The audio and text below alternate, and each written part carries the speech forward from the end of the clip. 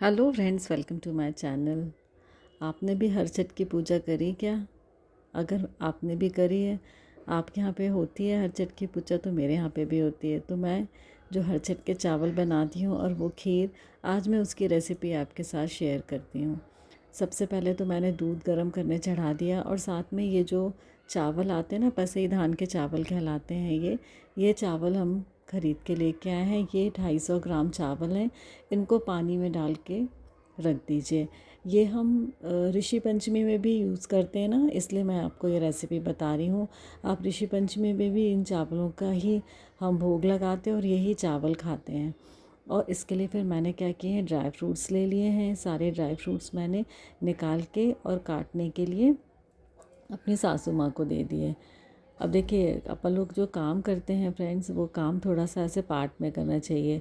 साथ में मैंने चाय बना ली अपने लिए, क्योंकि देखिए व्रत है तो इसमें शक्कर नहीं लेते हैं, तो हमने इसमें बिना शक्कर की ही, मैं वैसे चाय लेती हूँ तो मैंने बिना शक्कर की चाय बनाई।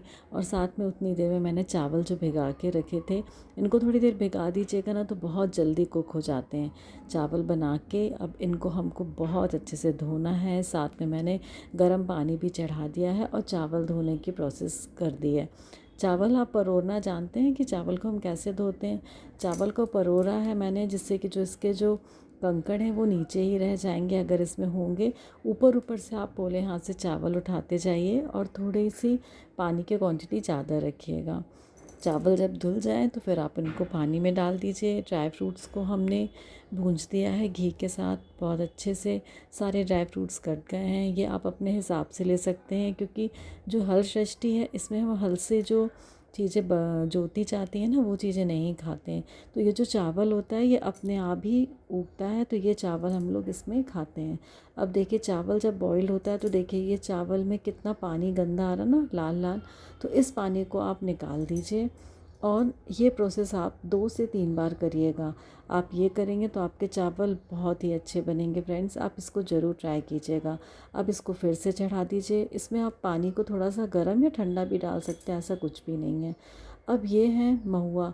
ये इसमें मेन जो हम खाते हैं वो महुआ के और क्या कहते हैं, किशमिश, इन्हीं से, और खजूर, इन्हीं से ही सारी मिठास होती है, क्योंकि इसमें हम शक्कर भी नहीं खाते हैं और गुड़ भी नहीं खाते हैं।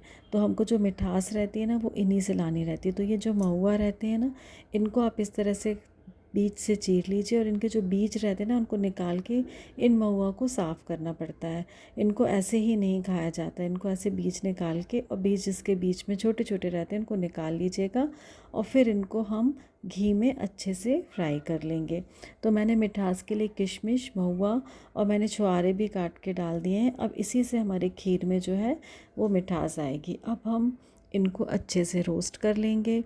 हमको महुआ और किशमिश, एक अच्छा, पहले महुआ डाल दिए मैंने, फिर किशमिश डाल दिए।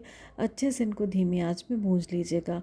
अब ये सारा जो हमारा ड्राई फ्रूट्स हैं वो भी भुंज गए हैं बहुत अच्छे से, और ये भी महुआ और किशमिश भी भुंज गए हैं। आप इनको निकाल लीजिए और अब इनके हम 3 भाग कर लेते हैं। एक भाग हम भोग लगाते हैं भगवान को, एक भाग मैं इसका पुलाव जैसा बनाऊंगी उसके लिए, और एक हम खीर में डाल देंगे।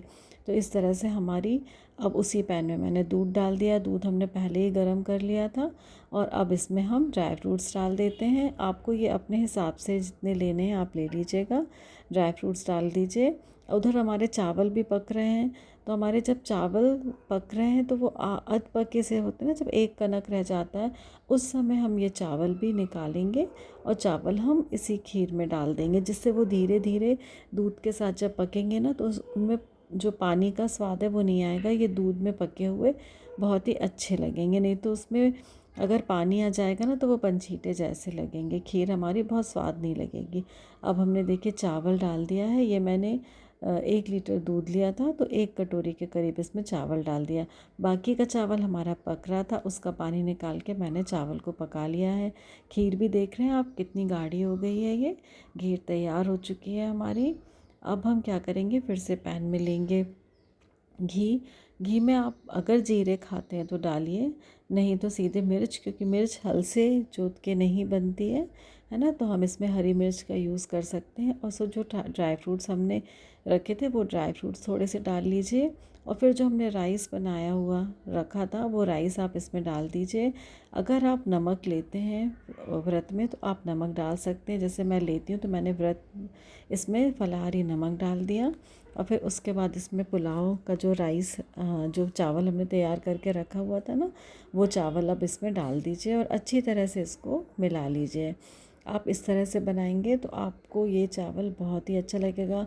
मेरे घर में तो ये सारे मतलब मेरे हस्बैंड बच्चे सारे लोग खाते हैं, सबको ये बहुत ही पसंद आता है।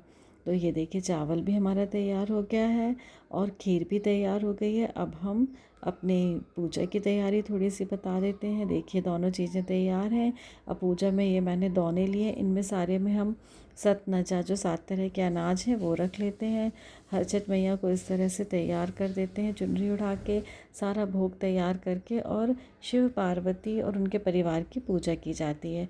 ये मैंने कलश भी तैयार कर लिया है।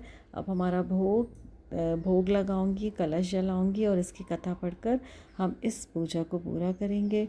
आप इस तरह से पूजा करिए। मैं तो इसी तरह से करती हूँ फ्रेंड्स। और अगर आपको मेरा चैनल पसंद आ रहा है तो मेरे चैनल को सब्सक्राइब कीजिए।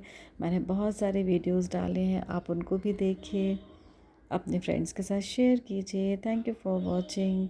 Please share and subscribe.